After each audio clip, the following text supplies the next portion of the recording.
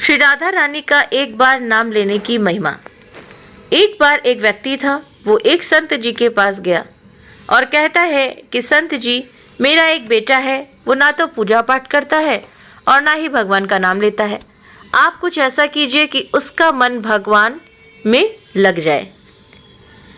संत जी कहते हैं, ठीक है बेटा, एक दिन तू उसे मेरे पास लेकर आ जा। अगले दिन वो व्यक्ति अपने बेटे को लेकर संत जी के पास गया। अब संत जी उसके बेटे से कहते हैं, बेटा बोल राधे राधे। बेटा कहता है, मैं क्यों कहूँ? संत जी कहते हैं, बेटा बोल राधे राधे। वो इसी तरह से मना करता रहा और अंत तक उसने यही कहा कि मैं क्यों कहूँ राधे राधे। तो संत जी ने कहा, जब तुम मर जाओगे और यमराज के पास जाओगे, तब यमराज तुमसे पूछेंगे कि कभी भगवान का नाम लिया, कोई अच्छा काम किया? तब तुम कह देना कि मैंने जीवन में एक बार श्री राधा रानी के नाम को बोला है। बस एक बार इतना बताकर वो चले गए।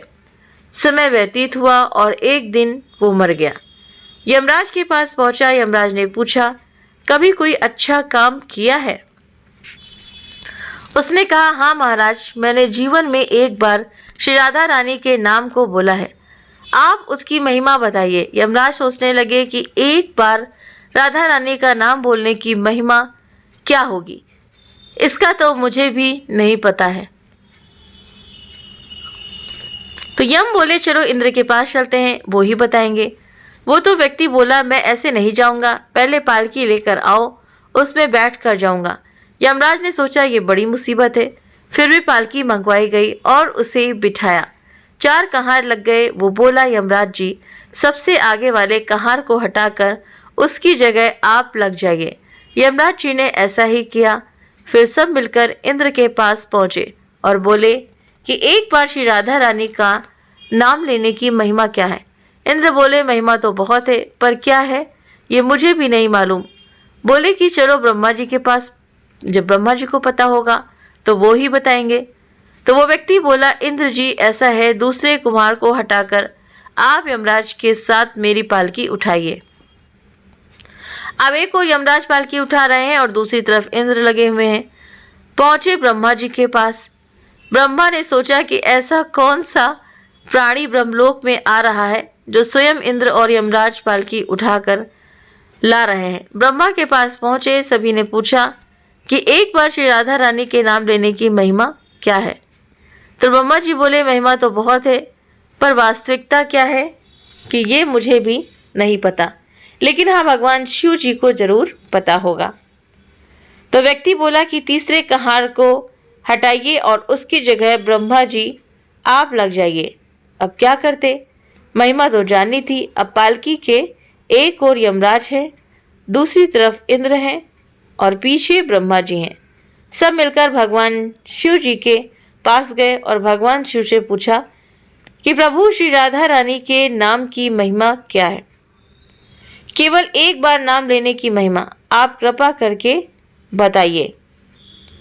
भगवान शिव बोले कि मुझे भी नहीं पता, लेकिन भगवान विष्णु जी को जरूर पता होगा। वो व्यक्ति शिव जी से बोला कि अब आप भी पालकी उठाने में लग जाइए। इस प्रकार ब्रह्मा, शिव, यमराज और इंद्र चारों उस व्यक्ति की पालकी उठाने में लग गए और विष्णु जी के लोक पहुंचे। विष्णु जी से पूछा कि एक बार श्री राधा रानी के नाम लेने की महिमा क्या है? तो विष्णु जी बोले, अरे, जिसकी पालकी को स्वयं मृत्यु का राजा यमराज, स्वर्ग का राजा इंद्र, ब्रह्मलोक के राजा ब्रह्मा और साक्षात भगवान शिव उठा रहे हों, इससे बड़ी महिमा क्या होगी? जब सिर्फ एक बार श्री राधा रानी नाम लेने के कारण आपने इसको पालकी में उठा ही लिया, तो अब ये मेरी गोद में बैठने का अधिकारी हो गया है। तो भगवान श्री कृष्ण ने स्वयं कहा है कि जो केवल रा बोलते हैं तो मैं सब काम छोड़कर खड़ा हो जाता हूँ, और जैसे ही कोई धा शब्द का उच्चारण करता है तो मैं उसकी ओर दौड़ लगाकर उसे अपनी गोद में भर लेता हूँ। तो ये है राधा रानी का एक बार नाम लेने की महिमा। तो उम्मीद करते हैं कि आप सभी को ये कहानी पसंद आई होगी, और सच बात है, भगवान के नाम की महिमा, राधा नाम की महिमा आपको जो पसंद है, चाहे हरिओम कहिए, चाहे ओम नमः शिवाय कहिए, चाहे आप जय माता दी कहिए, आपका जो मन करें, लेकिन उसके नाम की महिमा, क्योंकि हमारा भाव भगवान की भक्ति का होता है। अगर हम भाव से नाम लेते हैं तो नाम जप की महिमा यही होती है। जिस प्रकार एक बार राधा जी के नाम की महिमा है, जैसा कि इस कहानी में आप सभी को बताया गया है। तो उम्मीद करते हैं कि आपने ये कहानी अच्छी तरह से सुनी होगी और जाना होगा कि राधा रानी के नाम की महिमा क्या होती है। तो जिस प्रकार ब्रह्मा, विष्णु, शिव सभी उसकी पालकी उठाने लगे, तो इसी तरह से भगवान की महिमा यही होती है। तो अगर ये जानकारी आप सभी को, कहानी पसंद आई हो, तो वीडियो को लाइक, शेयर, सब्सक्राइब करना ना भूलें। आप अपने कमेंट करके भी हमें ज़रूर से ज़रूर बताएं। आप सभी के सहयोग के लिए बहुत बहुत धन्यवाद। Thank you.